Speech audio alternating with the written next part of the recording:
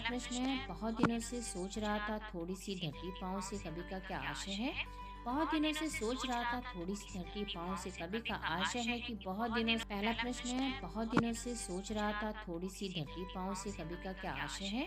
बहुत दिनों से सोच रहा था थोड़ी सी धरती पाँव से कभी का आशय है कि बहुत दिनों से इस प्रयास में लगे हुए हैं कि बाग बगीचा लगाने के लिए थोड़ी सी कहीं जमीन खरीद लें और उसमें लगा लें।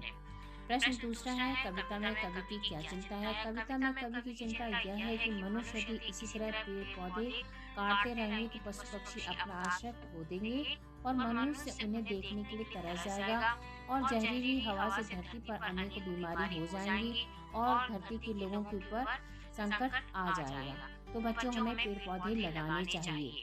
कवि क्या विनती कर रहा है। कवि सभी लोगों से विनती कर रहा है कि पेड़ों को ना काटें और सभी लोग अधिक से अधिक पेड़ लगाएं और धरती को हरा भरा रखने में सहयोग करिए। प्रश्न चौथा है, पक्षी और पेड़ संसार को हरा भरा किस प्रकार रखते हैं। बच्चों की हंसी, शरारतें और पेड़ की हरियाली तथा शुद्ध हवा ही इस संसार को हरा भरा रखते हैं। पेड़ों और बच्चों के बिना धरती प्राणहीन प्रतीत होती है। भाषा की बात में, भाषा को जिस रूप से ज्ञात होता है कि कर्ता स्वयं कार्य न करके किसी दूसरे को करने के लिए प्रेरित कर रहा है, उसे प्रेरणार्थक क्रिया कहते हैं, जैसे पढ़ना, पढ़वाना। निम्नलिखित क्रिया शब्दों से प्रेरणार्थक क्रिया बनाइए। तो हम इसकी बनाएंगे, खेलना का खिलवाना, रखना का रखवाना, घूमना का घुमवाना, काटना का कटवाना, बनाना का बनवाना, लिखना का लिखवाना, देखना का दिखवाना, पिलाना का पिलवाना। तो ये सब शब्दों से हमने प्रेरणार्थक क्रिया बनाई है। प्रश्न दूसरा है, जहाँ पर वर्णों की आकृति से काव्य की शोभा बढ़ती हो अनुप्रास अलंकार होता है।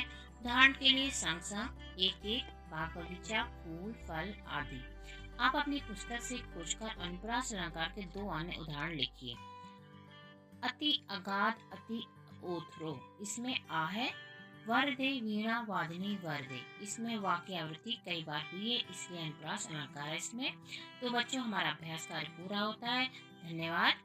अगले अभ्यास